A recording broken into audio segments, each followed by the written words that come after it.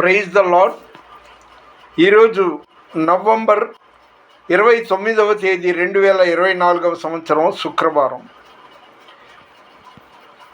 దేవుని వాగ్దానం రోమా 8:26 అటువలే ఆత్మయు సహాయము చేయుచున్నాడు. మనం ప్రార్థన ఎలా చేయాలి, ఏం చేయాలి, ఏ తరహాగా చేయాలి, ఎంతసేపు చేయాలి మనకి తెలీదు.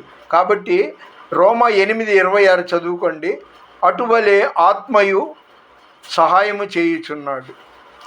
అదేవిధంగా దేవుడు నాకు బయలుపరిచిన మాట ప్రకటన 2:10 మరణము వరకు నమ్మకముగా ఉండుము అని. మన దేవుడు ఎంతైనా నమ్మదగిన దేవుడు. మరి మనం నమ్మకంగా ఆయనకి ఉండాలి. కాబట్టి తప్పు లేదు ఆ మాట. నా స్తుతి పాత్రుడా నా యేసయ్యా, నా ఆరాధనకు నీవే యోగ్యుడవయ్యా, నా ఆరాధనకు నీవే యోగ్యుడవయ్యా, నా స్తుతి పాత్రుడా నా యేసయ్యా.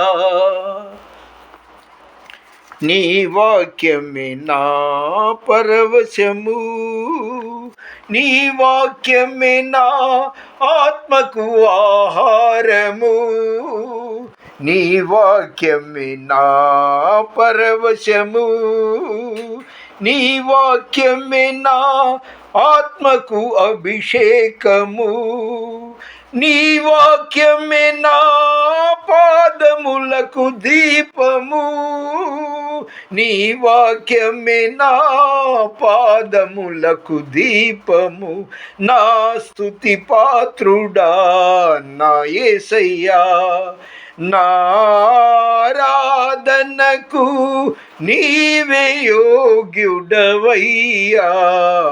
నా స్తుతి పాత్రుడా నా యేసయ్యా. వీలైనంత వరకు స్తుతులు చదివితే మంచిది. ఈ వీడియో చూస్తున్న మీరైనా ఎవరైనా సరే 50వ కీర్తన 23వ వచనంలో ఉంది, స్తుతి యాగము సమర్పించువాడు నన్ను మహిమపరచుచున్నాడు అని. కాబట్టి ఎక్కువ స్తుతులతో దేవుని సంతోషపెడదాము. ఆయన 2024 సంవత్సరం అప్పుడు ఇప్పుడు ఎప్పుడు ఒకేలాగా ఉన్న దేవుడు. 2-3 ప్రార్థన చేస్తే వారి మధ్యలో ఉంటానన్న దేవుడు. కాబట్టి ఎల్లప్పుడూ ప్రభువునందు ఆనందించుడి. మరొకసారి చెప్పి ముగిస్తున్నా. ఈరోజు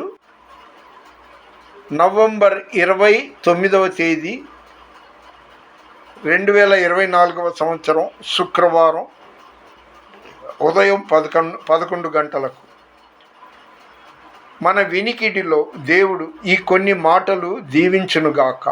ఈ వీడియో చూసిన వారిని, చూస్తున్న వారి కుటుంబాల్ని ఎలాంటి కొరత లేకుండా ఆయురారోగ్యాలతో క్షేమంగా ఉంచాలని యేసునామంలో కోరుకుంటున్నాను. దేవుని పరిచర్యలో మీ రత్నం ఫ్రాన్సిస్. God bless you.